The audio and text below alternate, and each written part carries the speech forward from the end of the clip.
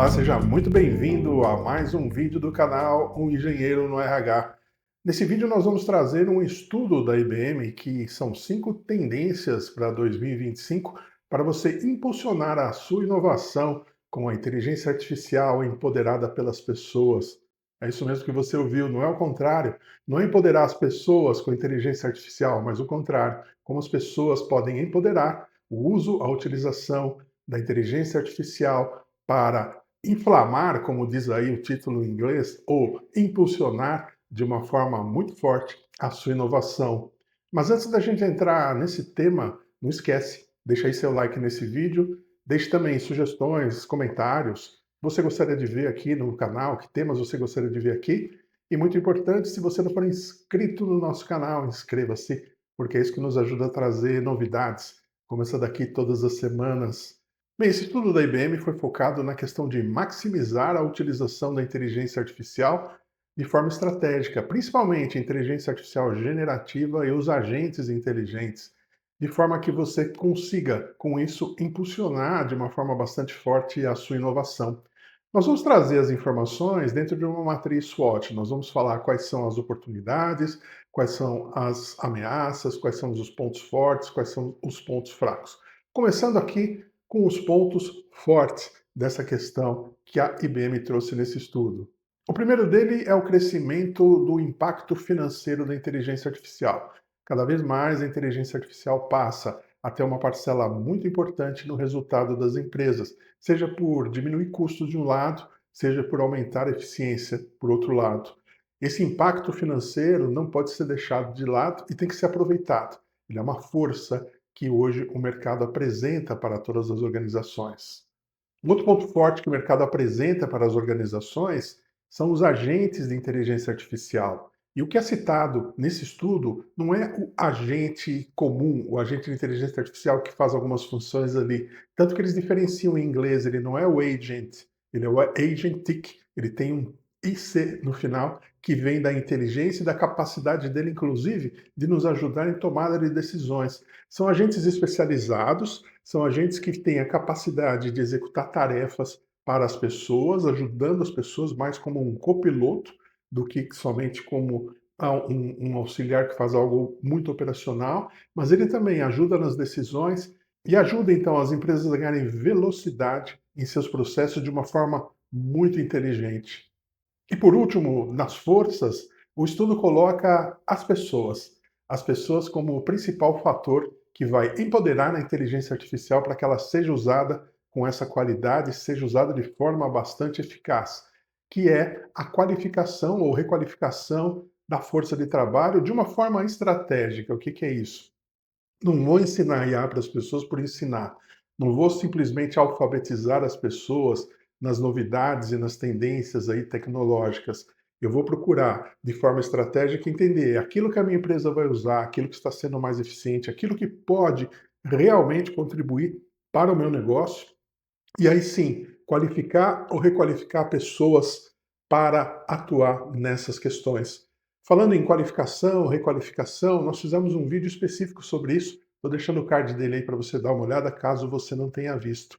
Bem, essas então são as 3 principais forças que o estudo traz no mercado para as tendências de 2025 para a gente impulsionar a inovação das organizações. Mas como tem pontos fortes, nós temos pontos fracos, são as fraquezas do mercado. Quais seriam essas fraquezas? O estudo também traz 3. A primeira é a dificuldade que as empresas encontram de transformar suas operações com inteligência artificial, seja por uma falta de conhecimento técnico ou falta muitas vezes de iniciativa, uma série de processos internos que estão mais amarrados e não permitem, não dão, né, na verdade, a liberdade para que sejam adotadas as ferramentas. Isso, segundo o estudo, pode limitar o impacto da utilização da inteligência artificial, ou seja, ela é adotada com expectativas de que ela vai resolver uma série de questões, que ela vai ajudar na velocidade, vai ajudar na redução de custos, e isso acaba não acontecendo por falta da própria maturidade em entender como isso deveria ser aplicado por parte da organização. O segundo ponto fraco que o estudo traz é a falta de uma governança adequada para implantar esses processos. Tem muito a ver com o primeiro, né? Se eu não tenho uma orientação estratégica, se eu não tenho um olhar para onde eu quero chegar e como essas ferramentas vão poder ser empoderadas pelas pessoas para que elas tragam resultados, as coisas não podem não sair do papel. Ou muitas vezes eu posso fazer de forma errada, eu posso ter iniciativas que vão trazer pouco resultado ou nenhum resultado, e na verdade, ao invés de melhorar meus processos, acaba piorando, fazendo com que eles se tornem mais lentos, porque além de eu fazer o trabalho, ainda tem que cuidar de uma IA ali que foi mal configurada, mal escolhida, e muitas vezes não teve ali um olhar estratégico da empresa em cima dela. Governança corporativa mesmo, que a gente está falando aqui.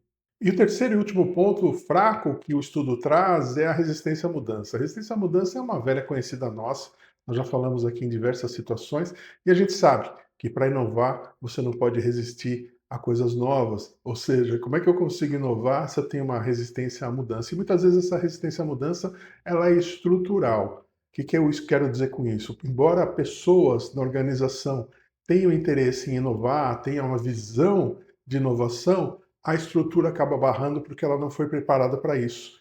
Então é uma questão muitas vezes estrutural da empresa e muitas vezes questões de hábitos da empresa, porque se tudo deu certo até agora dessa forma, por que eu vou mudar? A história do em time que está ganhando não se mexe. Com a velocidade que nós temos hoje de mudanças e de inovação, a gente não pode mais ter esse pensamento. E quais são as oportunidades que esse estudo traz? Também são três. A primeira é a inovação acelerada pelo uso da inteligência artificial generativa. Inteligência artificial generativa é aquela que nós conhecemos quando saiu o ChatGPT, quando ele se popularizou, é aquela que tem processamento de linguagem natural. Você conversa com ela e ela pode gerar aí estudos, ela pode gerar respostas, ela pode gerar imagens, ela pode gerar vídeos, ela pode gerar uma série de coisas. Por isso o nome é generativa. Então, além dela conversar, ela também pode gerar uma série de outros produtos. Isso aplicado a empresas pode tornar uma personalização no seu atendimento ao cliente muito maior, pode ajudar também na experiência do cliente, uma experiência mais rica. Imagine, né, isso já acontece hoje, você entra no site de qualquer empresa aí, aquilo que aparece para você é diferente do que aparece para outras pessoas, porque está baseado no seu perfil, nas suas últimas compras, numa série de coisas. Isso é gerado no momento em que você entra ali. Então são imagens, são anúncios, são textos, são dicas, são informações que são geradas exclusivamente para aquele cliente. Isso permite uma inovação acelerada. A próxima oportunidade, a segunda oportunidade que o estudo traz, é a democratização da tomada de decisão. Nós falamos ali, né, nas forças dos agentes inteligentes, chamados em inglês agora de agent, que são aqueles agentes mais inteligentes ainda, que podem ser, na verdade, trabalhar como um copiloto das pessoas e orientado de forma adequada, pode inclusive auxiliar nas nossas decisões. Isso permite democratizar essa tomada de decisão, permite que mais pessoas participem por meio da utilização da base de informações que eu estou disponibilizando através desses sistemas inteligentes. Ou seja, aquilo que antes alguém olhava e falava, bom, eu acho que nós devemos ir por esse caminho ou por esse, hoje é muito mais fácil que muitas pessoas colaborem, porque todas estão alimentadas com essas informações e esses agentes vão possibilitar que essas pessoas contribuam nessa decisão e também com apoio desses agentes para essa tomada de decisão. E quando há esse maior poder de decisão, há uma maior agilidade na empresa, nas ações da empresa, e isso é fundamental nos mercados dinâmicos que nós estamos inseridos hoje. Uma outra oportunidade que o estudo traz é sobre as parcerias estratégicas, ou seja, ninguém precisa fazer nada sozinho hoje. Na medida em que outras empresas, outras organizações vão desenvolvendo esses mecanismos de inteligência, esses mecanismos para avançar a inovação, para acelerar a inovação, isso pode ser utilizado por parceiros dessas empresas.